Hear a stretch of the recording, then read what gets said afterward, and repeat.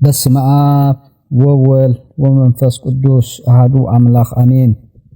ታሪክ ናይ ቅዱስ ጊዮርጊስ ካልእ በደል ከይተረኸቦም ሓቀይንን ሙናትን መሰኻኽር ወንጌል ብምዃኖም ጥራይ መሪር ግፍዕን ኣደራዕን ኣብ ልዕሊኦም ካብ ዝተፈጸመሎምን ስለ ወንጌል ሓቀኛ ኣምልኾተ እግዚአብሔር ዓብይ ገድሊ ካብ ዝፈጸሙን በቃልን ግብርን ብርሃን ኮይኖም ካብ ዝሓለፉ ኣዑናቅ ቤተ ክርስቲያን ሓደ ሊቀ ሰማዕቱ ቅዱስ ጊዮርጊስ እዩ። 23 ሚያዝያ ድማ ጎድሉ ፈጺሙ ኣክሊላተ ብርሃንን ቃል ኪዳንን ካብ እግዚአብሔር ተቐቢሉ ገና ብንእስነቱ ብሰማዕትነት ዝዓረፈሉ ዕለት ስለ ዝኾነ በረከቱ ክንሳተፍ ምባል ኣፂር ኣቢልና ታሪክ ገድሉ ክንድህሰሲና።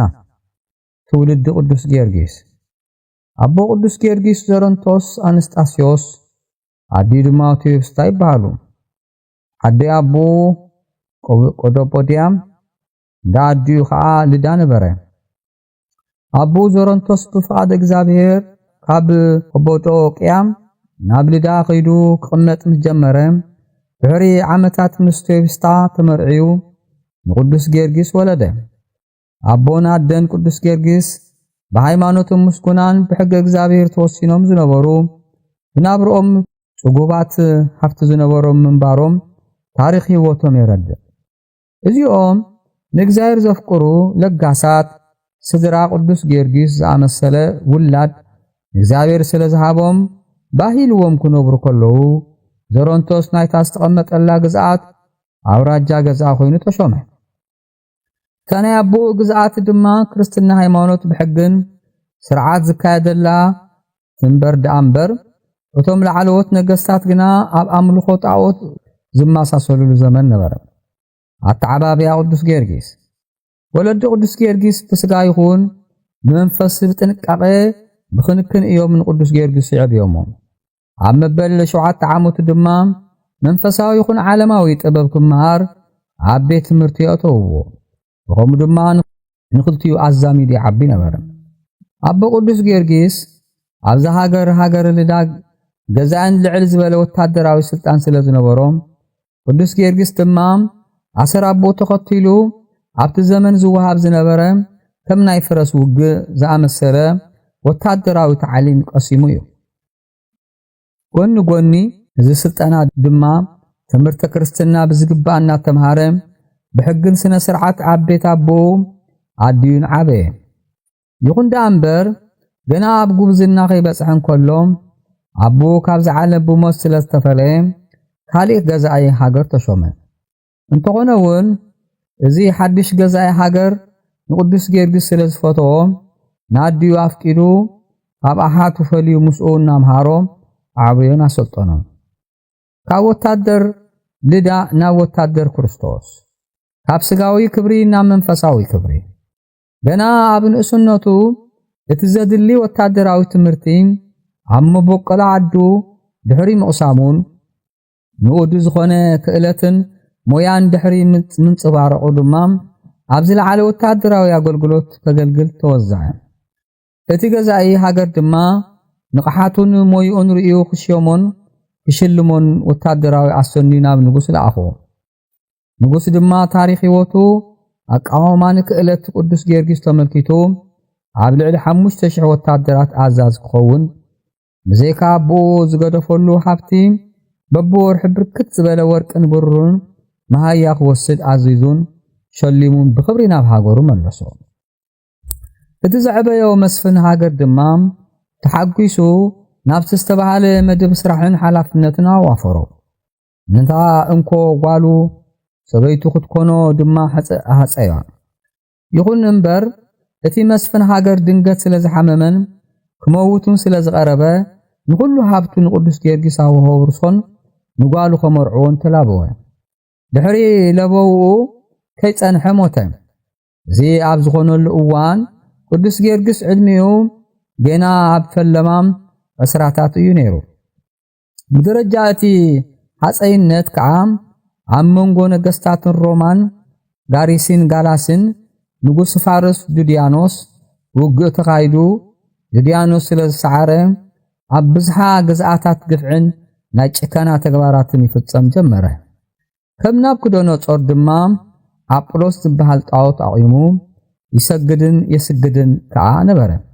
መንእሰይ ቅዱስ ጊዮርጊስ ኣብ ኣገልግሎቱ ሃገሩን ኮሎም እቶም ገዛእቲ ነገስታት ሮም ተሳዒሮም ንጉስ ፋርስ ዝነበረ ድዲያኖስ ብእግዚአብሔር ዘይኣምን መምለኺ ጣዖት ስለ ዝነበረ ብክርስቶስ ዝኣምኑ ክርስቲያን ብዝተፈላለየ መከራ ተሳቂዮም ጀሚሩ ከዓ ነበረ። ቅዱስ ጊዮርጊስ ድማ ነቲ ዝነበረ ኩነታት ምዕባለታትን ብዕቱብ ይከታተሎን ይምርምሮን ነበረ። በዚ ምክንያት ድማ ስለቲ ኣብ ዓውደ ውግኣት ስለ ሃገሩ ብዝረአዮ ዝነበረ ጀግንነትን ዝፍጽሞም ቅያታት ኣብ ቅድሚ ኣረማዊ ጨካንን ንጉስ ቀሪቡ ሽልማትን ክብርን ካብ ምርካብ ድማ ምስቶም ስለ እምነቶም ዝሳቀዩ ዝነበሩ ክርስቲያናት መከራ ክጸግብ መረጸ። በዚ መሰረት ድማ ምስተሓፀያ ጓል መስፍን ከይተመርዓወ ድንግልንኡን ንጽህንኡን ንብረቱን ሃብቱን ነዲኡ ኣሕዋቱን ከፋፊሉ ከምኡውን ንድኻታት መጽዊቱ ንሰራዊቱ ተፋንዩ ጻዕዳ ፈረስ ተወጢሑ ንክርስቶስ ትኩልቱ ገይሩ ነቲ ከሓዲ ንጉስ ብቃል ወንጌል ክቃወም ተበገሰ። ማዕቶት ቤተክርስቲያን ቅዱስ ጳውሎስ ንናይ መንፈስ ወዱ ጢሞቴዎስ ከም ንፉዕ ናይ ክርስቶስ ኢየሱስ ዓቀይታይ ምሳይ ኮንካ መከራ ጽገብ ካልኣይ ጢሞቴዎስ ምዕራፍ 2:3 ኢሉ ዝመዓዶ መንእሰይ ቅዱስ ጊዮርጊስ ካብ ንጉስ ልዳም ወታደር ክርስቶስ ብምዃን ኣብ ምድረ ልዳን ፋርስን ዝነበሩ ኩሎም መምህረ ወንጌል ኮነ። ቀዳማይ ዝገበሮ ነገር ድማ ናብ ቤይሩት ወሰናን ኢያሪኮ ኸይዱ ነቲ ኣምልኾ ፈጣሪኡ ገዲፉ ኣብ ድራጎን ዝበሃል ገበል ከምልኽን ዝነበረ ህዝቢ ናብ ክርስቶስ ምምላስ እዩ ነይሩ። እዚ ከዓ ታራ በጽሑ እቲ ገበል ክትብላዕ ተወፍያ ተቐሪባ ዝነበረት ጓል እቲ መስፍን ናይቲ ከባቢ ብሪታይት እቲ ገበል ድራጎን ብሓይሊ እግዚአብሔር ቀቲሉ ንዓ ኣድሒኑ ነቲ ህዝቢ ኣእሚኑ ናብ ኣምልኮ እግዚአብሔር ክምልሶ ገበሮ። ኣብኡውን ነቲ ህዝቢ ዝኸውን ክልተ ኣብያተ ክርስቲያናት ኣስሪሑ በዚ ከየብቅዐ በብኸባቢኡ እናተዘዋወረ ቃለ ወንጌል ክዘርእ ጀመረ። ብዙሕውን ትምህርተ ወንጌል ቅዱስ ጊዮርጊስ ሰሚዖም ካብ ገቢረ ኃጢአት ናብ ገቢረ ጽድቂ ተመለሱ። ምምላኽ ጣዖት ባዕድ ኣምልኾ እናገደፉ ድማ ንእግዚአብሔር ምምላስ ጀመሩ። እዚ ኣካይዳ ቅዱስ ጊዮርጊስ ግና ዜናኡ ኣብ ቅድሚ ንጉስ ምስ በጽሐ ንጉስ ባሃየ ኣበሎ። ቅዱስ ጊዮርጊስ ድማ ክሰግደሉ ዝግባእ ሓደ ፈጣሪ እምበር ሰብ ንዘቆሞ ጣዖት ምስጋድ ኣይግባእን እናበለ ብትብዓት ምስክርነቱ ቀጸለ። እቲ ንጉስ ዋላ ጅግንነትን ወታደራዊ ሞዮኡን ቅዱስ ጊዮርጊስ ይሕጎስ እኳ እንተነበረ ሰባት ብትምህርቲ ቅዱስ ጊዮርጊስ ተሳሒቦም ካብ ምምላኽ ጣዖት ምስሓቦምን ኣብ ኣምልኾተ እግዚአብሔር ምጽንዖምን ክቆጥዖ ጀሚሩ። ሰይጣናዊ ቅንዓት ስለ ዝሓደሮ ድማ ቅዱስ ጊዮርጊስ ካብዚ ተግባራት ቁጠብ በመጀመርታ ብጥበብ ገይሩ ክጥብሮ ፈተነ። ሓደ ካብ ፈተንኡ ሱር ኃጢአት ድቆት ብዙሓት ኮይኑ ዝርከብ ገንዘብ ማለት ወርቅን ብሩርን ኣብ ዝሕቡ ከም ዝህብ ዝተማጻወዕሉ እዩ። ንጉስ ድዲያኖስ በዚ ከይተወሰነ ቅዱስ ጊዮርጊስ ትምህርተ ወንጌል እንተደኣ ገዲፉን ኣብ ኣምልኾተ ጣዖት ኣሚኑን ኣብ ልዕሊ ሽመት ከም ዝውስኽ ክሳብ ፍርቂ መንግስቱ ከዓ ከም ዘወፍየሉ ቃል ተኣተወሉ። ጊዮርጊስ መንእሰይ እዩ እሞ ገንዘብን ሽመትን የታልሎ ይኸውን ዝብል ግምት እኳ እንተነበሮም እቲ ፈተንኡ ነቲ ብፍቕሪ ክርስቶስ ንዝነደደ ቅዱስ ጊዮርጊስ ከሰንፎ ፈጺሙ ይከኣለን። መንእሰይ ጊዮርጊስ ሓርበኛ ወንጌል ብምንባሩ ንጥበራን ንመጽባዕታት ንጉስ ዘይረብሕን ዘይጠቅምን ብምባል በዓሉ ተመለሰሉ።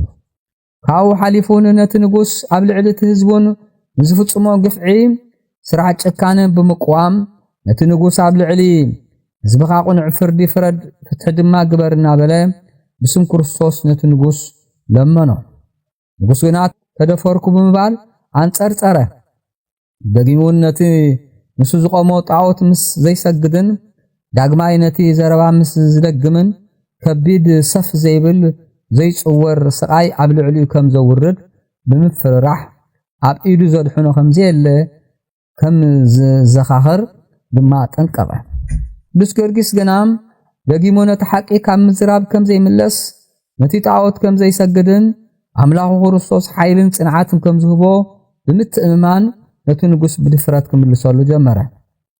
ቅዱስ ጊዮርጊስ ተቐበሎ መከራን ቅዱስ ጊዮርጊስ ንስጋ ብዝመስጥን ብዝማርኽ ኩሉ ጥብራታት ንጉስ ከይተዓሸወም ተጊሁን ነቂሑን ትምህርቱ ስለ ዝቐጸለ ተግባራት ጊዮርጊስ ንንጉስ ዘይጸውሮ ኾነ። ስለዚ ድማ ኣብ ልዕሊ ጊዮርጊስ ንነዊሕ እዋን ዝቐጸለ ተፈላለየ ዘሳቕን ኣዝዮም ከበድትን ግፍዕታት መከራታትን በብታራ ክፍጽም ጀመረ። ኮይኑ ግና ቅዱስ ጊዮርጊስ ኣብ ሃይማኖቱ ምንቕ ኣይበልን። ጎይታና መድሓኒና ኢየሱስ ክርስቶስ ከምቲ ዝበሎ እንሆ ከዓ ከማባጊዕና ማእኸል ተኻሉ ክሰደኩም ይበሎ ንዝበሎ ቃል ብልቦኑ ዝረድአ ስለ ዝነበረ እቲ ኣሰካሒ ዝነበረ መከራ በብዓይነቱ ኣብ ልዕሊኡ እንተተባራረየ ነቲ ዝጀመሮ ወንጌል ብቃል ይኹን ብግብሪ ካብ ምምሃርን ድሕሪት ኣይተመልሰን። እኳ ደኣ እቲ መከራ እናበዝሐ ኣብ ዝኸደ ዝያዳ ሰባት ብጽንዓቱ ክግረሙን ብተኣምራቱ ክኣምኑ ስለ ዝኽኣሉ ንጽቡቕ ኮይኑሉ። ቅዱስ ጊዮርጊስ ተቐበሎም መከራ ብዓይነት ይኹን ብብዝሒ ተገሊጾም ዝውዱ ኣይኮኑን። ካብኣቶም ነቶም ውሕዳት ንምጥቃስ ዝኣክል ብሰንሰለት ተመቁሑ ኣብ ቤት ማእሰርቲ ኣብ ዕንጨይቲ ተሰቕለ፣ ተገረፈ፣ ተሰቃየ፣ ናብ ሰማይ ከም ኩዕሶ ተቐልዐ፣ ብቆርበት ተጠቕሊሉ ኣሰሩውን ገረፍዎን፣ መዓናጡ ዝበታት ብርቱዕ ስኒ ኣስተይዎ፣ ኣብ ልዕሊ መሳምር ብእግሩ ከም ዝኸይድ ገበርዎ፣ ኣካላቱ ኣብ ክልተ ክምተርን ክቃጸልን ሓመኹሽ ምስኮነ ኣብ ደብረ ይድራስ ከም ዝዝረው ገበርዎ፣ ብሰበይቲ ፈተንዎ፣ ኣብ ሓዊ ደርበይዎ፣ ስግኡ ከም እምኒ ከም መንኮራኽር ተጠሒኑ ከም ምግቢ እንስሳ ንብዕራይ ሃብዎ፣ ብኩናት ወግእዎ፣ ብማሳ ቀጥቀጥዎ ወዘተ። ሰብ ክሰምዖ ዝኸብድ ኣዒንቲ ክሪእዎ ዘሰቅቕ መከራን ስቃይን ኣብ ልዕሊ ጻድቕ ኣውረዱ። ይኹን እምበር ንኹሉ ብሓይሊ ኣምላኽ ይስዕሮ ነበረ። ብኸምዚ መንገዲ ድማ 7 ዓመታት ብጽኑዕ ወንጌል እንዳምሃረ መከራ እንዳተቐበለን ተጋድሉ ቀጸለ። በዚ ተጋድሎ ድማ ብዙሕ ኣእሚኑ ጽዋዕ ሰማዕትነት ኣልዒሎም እዮም። ኣብኣቶም ሓንቲ ሰበይቲ እቲ ንጉስ ዝነበረት ለእስከንድርያ ንግስቲ ትርከባ እያ። ተኣምራት ቅዱስ ጊዮርጊስ ቅዱስ ጊዮርጊስ ገድሉ ይፍጽም ኣብ ዝነበረሉ እዋን ኣዝዮም ብዙሓት ተኣምራት የሰንዮ ነበረ። ቅዱስ ጊዮርጊስ 3 ግዜ ሞይቱ ፈጣሪኡ ካብ ሞት ኣተንስይዎ እዩ። ኣካሉ ብሓዊ ተቃጺሉ ሓመኹሽቲ ድሕሪ ምቕያሩ 18 ጥሪ ኣብ ደብረ ይድራስ ብንፋስ ድሕሪ ምዝራው ምብታኑ እንደገና በኃይለ እግዚአብሔር ኣብ ልዕሊ ቆጽሊ ጊዮርጊስ ጊዮርጊስ እናበለት ተረኺቡ እዩ። ነቲ ንጉሱ ናርዒድዎ እዩ። ኣብ ዝተኣሰረሉ ቤት ድንቂ ሰማዩ ብርሃን ከዓ ኣብርሂሉ እዩ። ተኣሲሩሉ ዝነበረ ዝነቐጸ ዓንዲ ቡንድውን ኣለምሊሙ እዩ። ነቲ መሬት ረጊጹን ብተኣምራት ማይ ኣፈልፊሉ እዩ። ኣእዛኑ ኣፉን እግሩን ድውይ ስንኩሉን ዝነበረ ኣሕዊዩ ዝሞተ ኣተንስኡ እዩ። ንብርቱዕ ስሚ ድማ ናብ ዘይጓዳእ መስተ ቀይርዎ እዩ ወዘተ።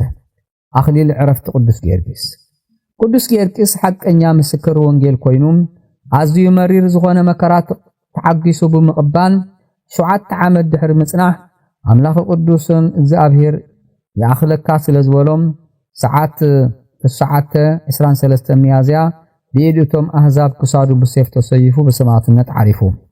ብኩሉ ግብርታቱ ንንጉስ ድድያኖስ ስለ ዝተቃወመ እቶም 70 ነገስታት ንንጉስ ድድያኖስ ክሳዱ ሰይፍካ ኣጥፋእዮ ኢሎም ምኽሪ ብምሃቦም ናይ መወዳእታ ዕረፍቲ ብሰይፍ እዩ ነይሩ። ይኹን ደኣ እምበር ቅድሚ ምስያፉ ኣብ ቅድሚታ ተሰየፈ ቦታ ደው ኢሉ ከምዚ ኢሉ ናብ ፈጣሪ ለመነ። ኦ ኣምላኸይ ክርስቶስ ከምኒ ኤልያስ ምስዚ ከሓዲ ንጉስ ተኣከቡ ነገስታትን ንጉስ ድድያኖስ ጣዖታት ኣጵሎ ንሓዊ ካብ ሰማይ መጽያ ክትበልዖም ኣዝዝ በለ። ከምቲ ስለሞነ ድማ 70 ነገስታት ብሓዊ ተበልዑ።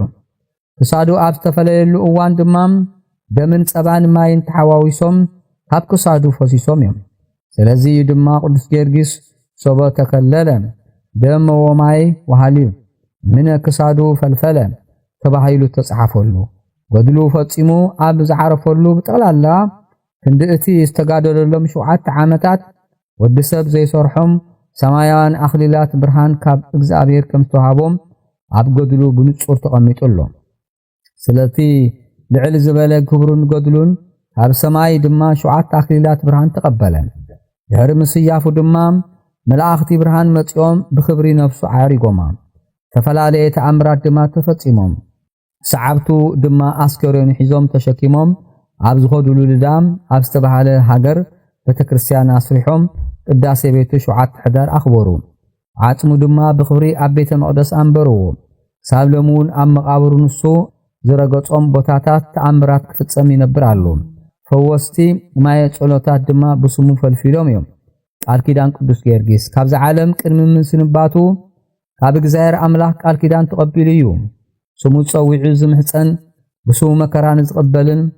ዝኽሩ ዝዝክርን ብስሙ ቤተክርስቲያን ዝሃንጽን ብስሙ ንድኻ ዝርህርህን ፈጣሪኡ ክርስቶስ ኣስራተ ምሕረት ከም ዝገበረሉ ብጸሎት ተረኺቡ ኣስራት ከም ዝተቐበለ ገድሉ ይገልጽ ክብረ በዓል ፍጡነ ረድኤት ቅዱስ ጊዮርጊስ ምስ ቤተክርስቲያን ድማ ብገድሎም ካብቶም ብርሃን ዝኾኑዋም ደቃ ሓደ እቲ ብሰማዕትነት ዝሓለፈ ቅዱስ ጊዮርጊስ እዩ እሞ ስለቲ ዝፈጸሞ ዓብይ ገድሊ ወትሩ ዕረፍቲ 23 ሚያዝያ ብዓብይ ድምቀት ክተኽብሮን ክብ ዝበለ ስነ ስርዓት ክትዝክሮ ትነብር ኣላ ከምኡን ዓጽሙ ዝተዘረወሉ 18 ጥሪ ቅዳሴ ቤተክርስቲያን ድማ ሕዳር 7 ይኽበር ቅዱስ ጊዮርጊስ ናይ ሰማዕታት ኮኸብ ናይ ቤተክርስቲያን ብርሃን እዩ ቅዱስ ጊዮርጊስ ስለቲ ቁኑዕ ነገር ካብ ሰብ ንእግዚአብሔር ምእዛዝ ከም ዝግባእ ከም ሐዋርያት ብግብሪ ዝመስከረ ኣቦ እዩ ሓቀኛ ናይ ወንጌል መምህር ማለት በቃል ጥራይ ዘይኮነ ብግብሪ ምዃንውን ብህይወት ኣብነት ዝኾነ ዓብይ መምህር እዩ ስለ ወንጌል ድማ መከራ ምጽጋብን ንኹሉ ጽዋተ መከራ ምዕጋስ ከም ዝግባእ እቲ ብዝሒ ምሕረት ብዘገድስ ኣብ ፍረ ሰማያዊ ክብርን ከም ዝበጽሕ ቅዱስ ጊዮርጊስ ብህይወቱ ዘመስከሮ ናይ ወንጌል ሓቂ እዩ ቅዱስ ጊዮርጊስ ብንእስነቱ ኣነ ሽመት ወይም መዓርግ ቤተክርስቲያን የብለይን እንታይ ገደሰኒ ከይበለ ብፍቕሪ ክርስቶስ ተደሪኹ ገና ኣብ ንእስነቱ ስለ ሃይማኖት ተጋደለ ኣቦይ ሳብ ሕጂውን በቃል ኪዳኑ ፍጡነ ረድኤት ኮይኑ ዝራዳእ ምዃኑ ቤተክርስቲያን እተኣምነሉን በረኸቱ ተስተማቕሩን ድማ ዝያዳ ዝገልጽዎ እዩ ለሙን እንተኾነ ከም ቅዱስ ጊዮርጊስ ዝኣመሰሉ መናእሰያት ቤተክርስቲያን እምብዛ የድልያ ኣሎ ስጋዊ ፈቃዳቶምን ሓሳባቶምን ንጎን ገዲፎም ምኽሪ ዲያብሎስ ከይሰዓሮም ስለ ሃይማኖቶም ብጽንዓት ዝቃለሱ መናእሰያት ብሓቂ ክህልዋ ቤተክርስቲያን ትደልየሉ እቲ ቁኑዕ ግዜ ሕጂ እዩ በረኸትን ረድኤትን ፍጡነ ረድኤት ሊቀ ሰማዕት ቅዱስ ጊዮርጊስ ይሕድረልና እግዚአብሔር ኣምላኽ ብምሕረቱ ከም ቅዱስ ጊዮርጊስ ዝኣመሰሉ መናእሰያት ቤተክርስቲያን ይተስዕላ በረከቱን ረድኤቱን ናይ ቅዱስ ጊዮርጊስ ምስኩላትና ይኹን ኣቡነ ዘበሰማያት